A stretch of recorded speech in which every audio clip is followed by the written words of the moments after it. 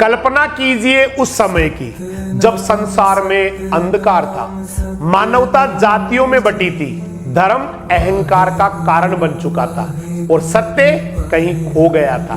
तभी पंजाब की पवित्र भूमि से एक आवाज उठी जो न हिंदू थी न मुसलमान, वो केवल इंसानियत की आवाज थी। वो आवाज थी सतगुरु नानक देव जी की। गुरु नानक देव जी सिखों के पहले और आदि गुरु, जिन्होंने मानवता, समानता और प्रेम को जीवन का सच्चा धर्म बताया।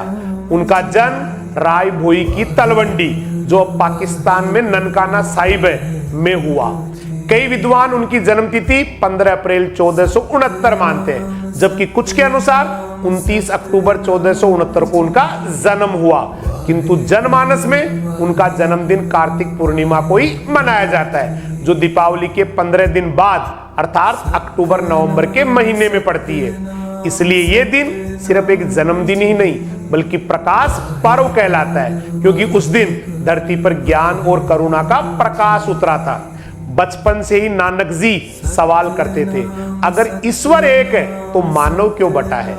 जब सब बच्चे खेलते थे तो वो ध्यान में लीन होकर सत्य का अनुभव करते थे। उनके पिता चाहते थे वो व्यापारी बने, पर नानक जी ने कहा, मैं वो व्यापार करूंगा जिससे सबका भला हो। एक दिन पिता ने व्यापार के लिए धन दिया, पर नानक जी ने उसे गरीबों को भोजन कराने में लगा दिया। जब पिता ने पूछा धन कहाँ है, तो नानक बोले, जहां भूख मिटे वहीं सच्चा लाभ है। फिर एक दिन वो नदी में स्नान करने गए, 3 दिन तक नहीं लौटे। जब लौटे तो उनके चेहरे पर एक दिव्य तेज था।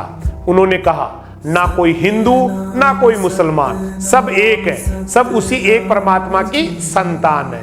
उस क्षण से वो गुरु नानक देव बन गए, जो सत्य, प्रेम और एकता के प्रतीक है।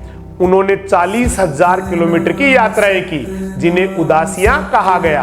उन्होंने मक्का से काशी तक, श्रीलंका से तिब्बत तक मानवता का संदेश फैलाया। हर जगह बस एक वाणी गूंजी, एक ओंकार सतनाम।